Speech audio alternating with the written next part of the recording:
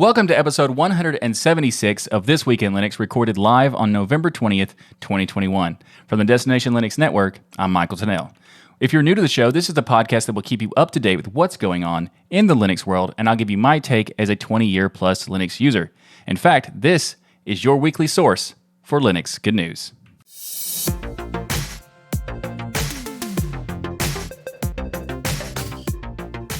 This episode of This Week in Linux is sponsored by DigitalOcean and by Bitwarden.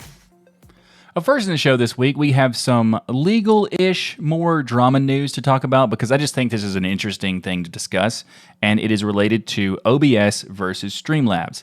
Now, what I mean is not really versus, it's not like a legal battle, but it's kind of like a sketchy action done by a company that is now being talked about. So what happened was, on November 16th of this 2021, Streamlabs released Streamlabs Studio, which is a cloud capture software for the Xbox, Series S and Series X and whatever terrible name that they named the next one, I assume.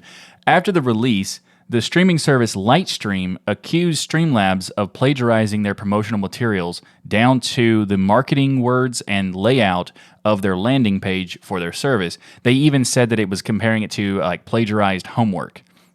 And if you look at how they did it, the text of even the reviews, down to the reviews, was pretty similar. So I think it is fair to say that they took some of that stuff. We're going to talk about that as well as some other stuff because later that same day, the OBS Studio team tweeted that Streamlabs used the name OBS for their products, giving the false appearance of being in partnership with them, despite OBS Studio having previously denied permission to Streamlabs to use the term OBS. Now, Streamlabs OBS has been considered a hostile fork of OBS by some members of the community, and with OBS Studio themselves speaking up against it, this garnered a lot of attention. Now, in addition to the community, now streamers and even other companies have spoken up against Streamlabs. Now, some of the streamers who have talked about it have said that they're going to boycott the product if changes were not addressed or whatever. Like, what exactly they mean by that? Because this is a thing that's been happening for a long time, so it might be some people are bothered by it in general, and other people are just kind of like saving face. Whatever, you can decide on that one. But other companies like Elgato and OneUpCoin have also spoken out on Twitter about Streamlabs copying their own products as well. So, for example, Elgato makes a product and a mobile app called Stream Deck. Streamlabs decided to make their own mobile app similar to the Stream Deck. What did they call it? Streamlabs Stream Deck. Very creative name there. So they seem to have a history about, things doing this kind of thing repeatedly. So another interesting thing about the company's history is that if you look into it, you'll see that they had a name collision for the very first thing they did. So Streamlabs was originally called Twitch Alerts, but they weren't associated to Twitch, but they called it Twitch Alerts anyway. So eventually they had to change the name of the company, which became Streamlabs. So it seems like there might be a pattern here. Anyway, in the streaming world, Streamlabs has often been stated by some as an inferior product to OBS, and very few plugins that I've seen bother to even support Streamlabs OBS. This resulted in YouTubers who give OBS tips to often specify, and I quote, "No, it doesn't support Streamlabs, and you shouldn't either," when giving some tips. So naturally, I never even bothered to try Streamlabs OBS because of those warnings that I had seen. But in 2019, Logitech acquired Streamlabs, which makes me wonder just how aware Logitech is of these tactics used by Streamlabs before and after the acquisition. And I'm sure Logitech doesn't want to have any of this negative press based on actions carried out by a subsidiary. So I'm curious to see how they would react to this. Now, we have had updates to this with some responses from Streamlabs themselves. Streamlabs apologized to Lightstream in a tweet claiming it was placeholder text that wasn't supposed to be used.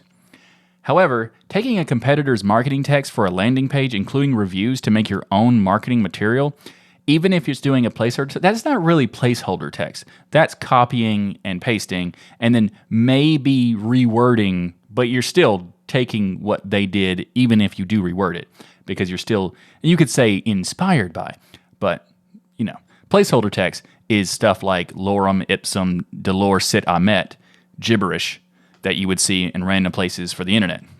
like if you look at templates for website creation or whatever, you'll see it everywhere there. Sometimes you'll see it where people who take a template and then don't change the text, and it's kind of funny, but not relevant to anyway. Back to the actual topic. Streamlabs has tweeted about the situation related to the Streamlabs OBS issue by promising to remove the OBS part of the name of its product. So essentially it's going to be Streamlabs. However, the tweet where they promise to remove the term OBS includes OBS twice while they're describing their product. So they said, we're going to remove OBS, and then they call it Streamlabs OBS twice when they do. So that's kind of weird, but not surprising, because after learning all about this stuff, I didn't really have a good feeling about Streamlabs for a while, but now seeing all this stuff, I'm glad I made the decision to not use it and just stick with OBS, because OBS is awesome. And thank you very much for the people who make OBS, because it is a game changer for streaming for everyone, no matter what platform they are. So thank you again for making it and making it possible for me to do this show live like I do. So that's why I wanted to cover it. One, because it's just weird and interesting as a topic. And two, to thank OBS for making such an awesome piece of software, even dealing with these kinds of irritants, as it were. If you'd like to learn more about this news or about OBS in general, I'll have links in the show notes below. Up next in the show, we have some really interesting news related to a previous topic we covered last week, and that is Linus from Linus Tech Tips had a rather unfortunate experience during the Linux Daily Driver Challenge that they had with Pop! OS. I made a reaction video to this video. If you would like to see that, I'll have that linked in the show notes. But to be clear, this issue that happened was caused by a rather nasty bug in the packaging for Steam. It's not really necessarily Steam's fault, not necessarily Pop! OS's fault, or any, it's just some package dependency issues on Launchpad for Steam happened, which created this bug, and it was just like a weird fluke that it happened, especially during the time it happened, which is unfortunate. But it's a bit complicated how this all happened, so I'm not going to go into the full details, but what is important is that it happened and it needed to be fixed. Over the years, people have suggested that this kind of problem could happen at some point because of the yes do as I say is not clear enough, and it shouldn't be as easy to do as it is. But when Linus had the issue, a giant spotlight was put on this particular topic. And to be fair to all of those involved, the fault for this happening is shared and not solely on any one person or any specific project. You could argue that Linus should have read more carefully what he was doing. You could argue that System76 should have done more QA testing. You could argue that Debian shouldn't make it so that apt can be used to easily bypass the warnings and also tell you how to bypass it really quickly. You could argue all of these things above, but regardless of who is at fault, what is important is that the issue has been addressed in many angles. So System76 made a patch themselves to make it harder to do this kind of thing. Then Debian made a change to apt to make this much harder to do, and even while not involved directly, KDE recently updated Discover to address this sort of thing as well, which I think it's really great to see all this effort to make sure this kind of thing doesn't happen again. And the yes, do as I say option has been removed with this latest update to apt for apt 2.3.12. So this is definitely a very good set of news, because System76 has been working with Debian to address this, and I'm glad to see that they have done so, because apt making it no longer having this ability to do the solver, automatic solver thing to remove essential or protected packages is a good thing. So if a dependency problem does occur, then it needs to be resolved manually by the user rather than apt doing it just by typing that in. You can, of course, still overwrite this if you want to, but it won't tell you how to do that in the error message, which is good, because that would solve the problem. So the problem Linus still would have had an issue, but he wouldn't have had a massively apparently system breaking issue.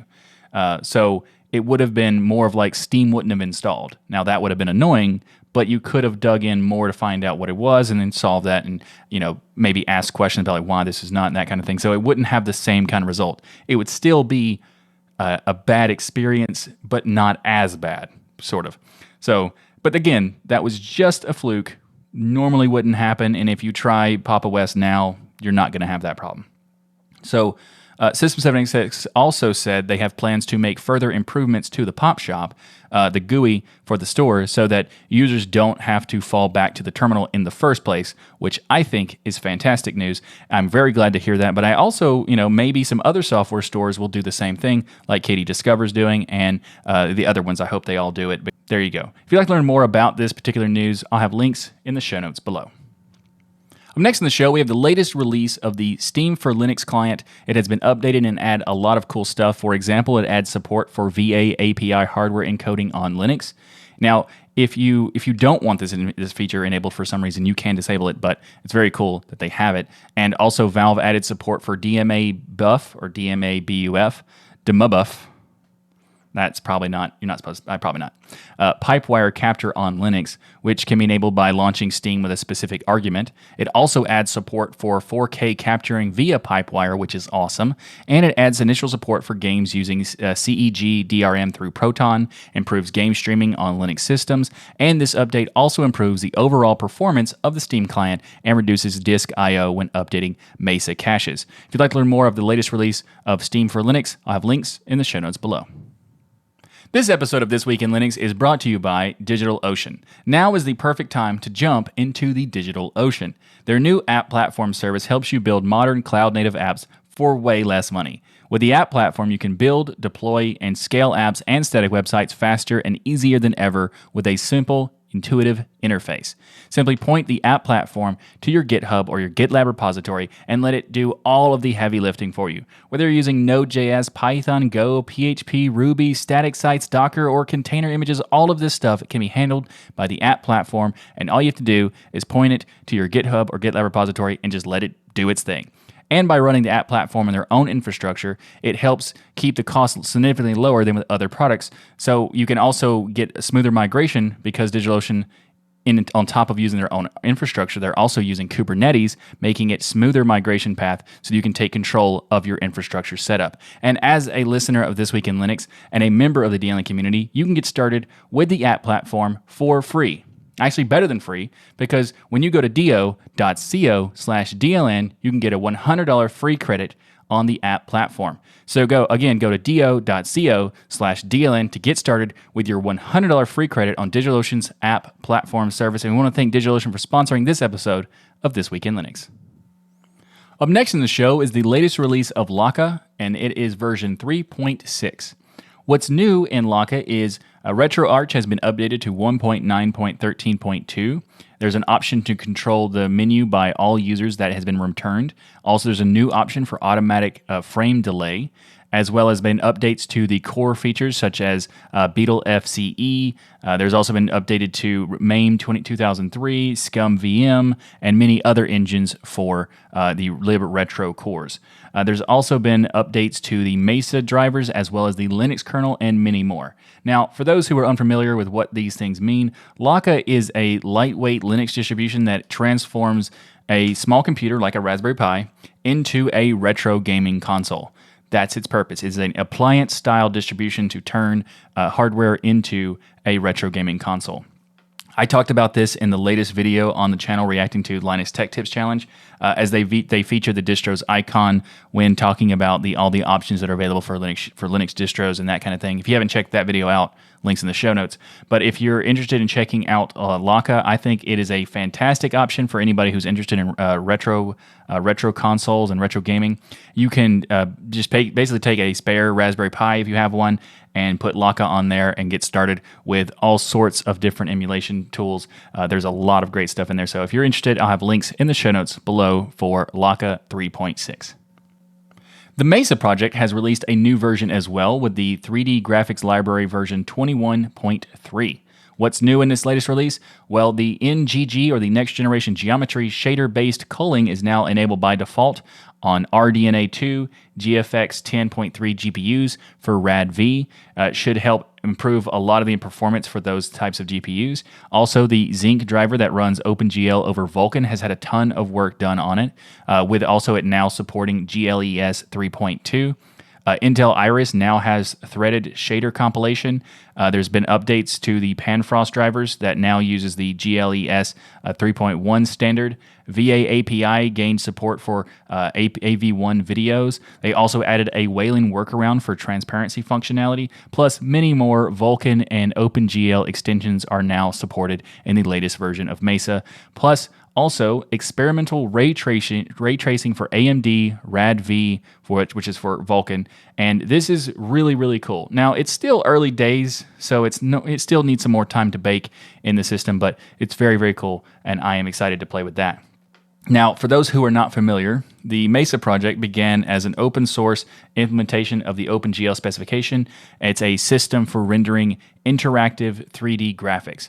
Now, it's grown a lot over the years. It was originally just for OpenGL, but now it has support for OpenGL ES, OpenCL, OpenMax, VDPAU, VA API, Vulkan, EGL, and more. A lot of stuff.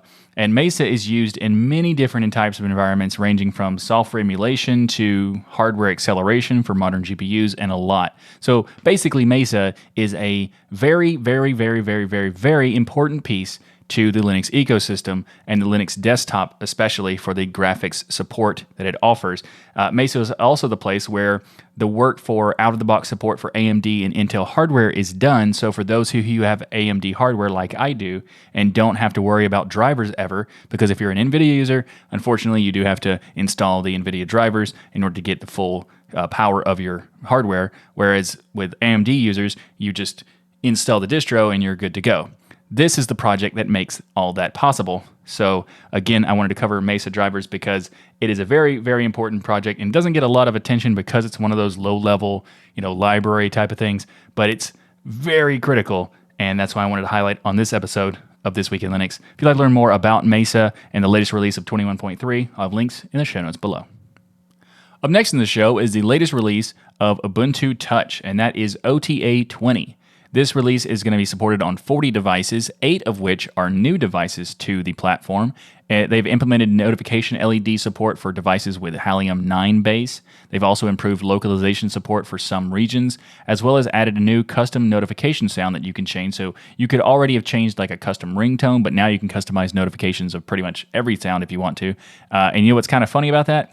I used to customize my sounds a ton back in the day when I first got into smartphones, but now I haven't customized my sounds for ringtones or notifications, and I think I probably should, just so I know if someone is calling me specifically, or like what number they're dialing, or who, if they're in my address book or not, and that kind of thing. But somehow I never got around to doing that. And on my latest phone, even though I've had it for about 2 years now, or a little over 2 years, I think. It's great that Ubuntu Touch has added this ability. It's just kind of funny to me because I didn't notice it wasn't there before because I haven't changed anything for my Android device or my Ubuntu Touch device. Anyway, if you'd like to learn more about the latest release of Ubuntu Touch or OTA 20, I'll have links in the show notes below. As well as also be sure to check out the notes if you're curious what devices are supported. A list of of those 40 devices is included in the blog post for the latest release, so links to that in the show notes. This episode of This Week in Linux is brought to you by Bitwarden. Get started right now with your free account at bitwarden.com/DLN. Bitwarden is an awesome password manager that allows you to have peace of mind knowing that your online accounts are secure. If you're not familiar with password managers, this is something you definitely need to check out because it allows you to have peace of mind knowing that it's secure. And by doing how to do it really, well, it creates a bunch of different tools. So for example, it has a secured vault to be able to store all your passwords in, an automatic generator for your passwords, and even be able to automatically fill in passwords in login forms so you don't have to do any of this stuff. And you can access your data across many different types of devices, whether it's your web browser, your mobile apps, desktop applications, or even on the command line. Bitwarden also seals and encrypts your data on your devices before it ever leaves your devices. This is very important. This local end-to-end encryption is something that makes this a fantastic solution, as well as being open source software, which is one of my favorite things about Bitwarden as well. So go to bitwarden.com/DLN to get started. And did I mention you can get started for free? Well, you can, but I also think you want to check out their premium accounts because for less than $1 per month, yes, less than $1 per month will give you access to 1 gigabyte of encrypted file storage, 2-step login with YubiKey, U2F Duo, Vault Health Reports, Bitwarden Authenticator for temporary one-time passwords, priority customer service, and so much more. Again, for less than $1 per month. They also have new options you could do for family accounts and business accounts. You can do organizational vaults where you can share stuff back and forth between different accounts. So if you want to help someone get started with a password manager, it makes it a lot easier by using Bitwarden. So make the smart move like many of the community have and go to bitwarden.com/DLN to get started. And thanks again to Bitwarden for sponsoring This Week in Linux. Up next in the show, Canonical recently announced new plans that they have for their documentation efforts with Ubuntu. Daniela Procida, I tried my best, posted the new plans on the Ubuntu.com blog detailing the goals for their new efforts. Daniela is a director of engineering at Canonical and also the author of the Diatoxis documentation framework. That one I don't know, because ironically I couldn't find documentation for the pronunciation of that word. But this is, of course, the framework they will be using for their new efforts. And documentation is one of those tasks that are incredibly important, but also often avoided. I've struggled with this particularly because of like different projects that I've worked on that I've been a part of over the years. Ubuntu has had issues themselves with outdated documentation for years. People would recommend, ignoring the wiki and only use stuff like Ask Ubuntu and other sources. And this is, of course, not ideal. Canonical posted about the documentation framework back in July. And how is the best way to implement said framework? Well, hire the person who made it. So I got to say that's a pretty solid plan. So now I know some of you may be thinking, why is an announcement for fixing documentation newsworthy? Well, this is a fair question because it's only a plan to fix the documentation, not the actual fixing of it or deployment of said fixed. But the reason I wanted to cover it on the show is actually two reasons. One, I wanted to highlight how important documentation is. Access to documentation is very, very important, and sadly, in some cases, non-existent. And I would consider myself fairly technical, but while trying out a new project, if the documentation isn't quite there, it might take some effort to trial and error to go through. And while most people aren't interested in doing that. Now, for a long time, I was willing to do that, but not really anymore. Like, I still do it sometimes, but if there's documentation, that's much, much better. And I would like for people to, for any project, to focus on making sure they have the best documentation they can do, or maybe ask the community to help with that if they don't have the time to do it themselves, because it's kind of a thankless job, documentation, but it's a very important job. And the other reason I wanted to cover it, as I wanted to pose a question to all of you, the Twillers out there in the Twilliverse. Which distro do you think has the best documentation? Now, I know there are going to be some Arch fans who will instantly jump to make claim that ArchWiki is the best, but let's give this question a bit more nuance than that. Instead of a general, what has the best documentation, let's make it a two-part question. One, which distros have the best documentation for technical value? I have some guesses of what people might say for that one. And two, which distros have the best documentation for average users? I'm very curious what your thoughts are in this, so let me know in the comments below or on the Destination Linux forum. I'll have a link to that forum thread in the show notes as well. So I'm very curious what you think about this. Links in the show notes.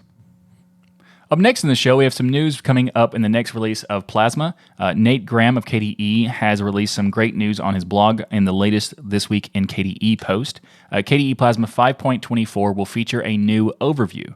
Now, we talked about this on a previous episode as well, but with the latest news, we now know that this new overview is going to be integrated with KRunner, which is awesome. For those who don't know what KRunner is or how awesome it is, it's a very powerful launcher available in Plasma, which you can use right now. It's been available for 15 years at least that I can remember, and it's fantastic. If you want to use it, you just hit, if you're in Plasma right now, Alt space, which will open KRunner, and very cool. You can do a lot of stuff with that. You can do calculations. You can do a bunch of stuff, and if you want to check out what all you can do, or a good set of what you can do, check out the video 17 Plasma tips that I made. I'll have that linked in the show notes, and you can see like a demo of KRunner in action. Also coming up with KDE Plasma in the next releases, we're going to have a new calendar app, which I'm excited for, and calendar with a K. 0.2.0 is now available to test out for those who are wanting to beta test it and give feedback and that sort of. It's still in development. It still needs some work, but so far I've been playing it in Fedora, and it has a lot of potential. I really, really like it. It's clean. It's very nicely designed, and it's what I want in a calendar app. And I can't wait till the final release is coming out because, I recently started using calendars again, and previously there's not been the best options for calendars, and I was very excited to see it, and I'm also very excited that my testing shows a lot of potential. And if you want to try it out for yourself, you can get packages for OpenSUSE, Fedora, and Arch available for Calendar 0.2.0, and there's a lot more coming on the next Plasma. If you'd like to learn more, be sure to subscribe to the show, whether you're using RSS feed for a podcast app or you just want to subscribe on YouTube. We will be covering KDE Plasma 524 when it does release in much more detail when that happens. Or for now, I'll have links to the blog post for This Week in KDE if you want to check out what's currently coming. Links in the show notes. Up next in the show, we have some Google news and a little bit of drama that I wanted to talk about. So, for example, we have Google Summer of Code, or GSOC. It has been known as an initiative for getting students involved in open source software development over the course of a summer while receiving like a grant from Google to do so. And this year, for 2021, they made some changes where they shortened the length of GSOC, and they also cut the amount that the stipend was going to be. They said due to COVID, and there was a lot of people worried about what might happen in the future for next year, for example. Well, there's going to be a lot of changes. If you learn more about what happened this year, check out episode 137 of Twill. But for what's coming up in next year, very interesting stuff. They're making a lot of changes. The biggest change is that it will no longer be open to just students. Now it's going to be open to basically everyone who's 18 years and older. So if you're 18 years or older, regardless of what you're doing or why you want to be a part of it, you can now request to be a part of the Google Summer of Code. Now, GSOC will now be open, like I said, to everyone. They say the reason is because they want to help those going through career change, people who are self-taught and want to learn more, or returning to the workforce and that sort of stuff. If you're one of those and you want to try it out, there you go. They minimize the amount of hours for the Google Summer of Code of this year to 175, but 2022 will increase it back to 350, as well as keep the 175 for projects that want to have smaller, offer smaller work to be done. So there's now going to be both of them. And they typically do this over a 12-week period, but they're now going to be making it 12-week or 22 weeks. So they're expanding Google Summer of Code a lot. So for people who are worried about it when it was changed this year, you don't have to worry about it anymore. It's going to be back to where it was and then some. So there you go. Now, the next thing I want to talk about is a little bit of drama related to Google, because Google recently held an online Chrome Dev Summit, including an Ask Me Anything session. Now, as you would imagine, some of these questions might be interesting, and in this session there were some that were even awkward for Google to be answering concerning browser standards strategy. Now, I don't know how or if Google vets the questions, but I would assume they do. But one question I was super interested to see how they would respond was, and I quote, "Given the court proceedings against AMP, why should anyone trust Flock or any other Google initiatives ostensibly focused on privacy?" Very strong way to ask this question, and I think it's quite interesting. Now, they also had another question that I was very curious about. Why does Adobe's new Photoshop for the web work only with Chrome and Edge and not Firefox? This is notable since there is already a web-based alternative to Photoshop called Photopea, and it works great in Firefox and arguably better in Firefox than it does in Chromium browsers. So it's a very interesting question. Now, the community acknowledged that Google did respond to these questions, but many felt they didn't really answer the questions, which is not that surprising. I just think it's in general interesting overall. So for those who want to learn more about what questions were asked in this AMA, or just want to see how they responded, I'll have links in the show notes for that. I thought it was pretty interesting overall. So the keynote and the Q&A itself, I have linked in the show notes, as well as information about the Google Summer of Code for 2022. If you want to learn more about that, links to all of this stuff in the show notes. Thanks for watching this episode of This Week in Linux. If you like what I do here on this show, please like that smash button and be sure to subscribe. If you'd like to support the show and the channel, we have multiple ways to contribute. We have Patreon, sponsors, and others. You can learn more by going to tuxdigital.com/contribute. And if you do become a patron of the channel and the show, you can join me during the live streams in the recording stadium to discuss stuff between the topics or just hang out every week after the show, as well as before the show, now that we start a little bit early and do a patron pre-show as well as a patron post-show. So you can find links on Patreon and sponsors for joining that. You can also support the show by ordering the Linux is Everywhere t-shirt or the This Week in Linux shirt at dealinstore.com. Plus, while you're there, check out all the other cool stuff that is available at Deal in Store by checking out the hats, the mugs, the hoodies, the stickers, all sorts of stuff, dealinstore.com. If you'd like some more podcasting goodness from me, then while you're at the Destination Linux website, or Destination Linux Network website, you can check out all the cool podcasts that are there on the network, including 2 that I am also a part of, which is Destination Linux and Hardware Addicts. So I have links to those in the show notes as well. And just a reminder, this show is live every Saturday at 1 p.m. Eastern or 1800 UTC. So join us in the live chat room to discuss all the latest Linux news each and every week by going to dealinlive.com. And thanks again for watching. I'm Michael Snell with the Destination Linux Network, and I'll see you next week for another episode of your weekly source for Linux good news.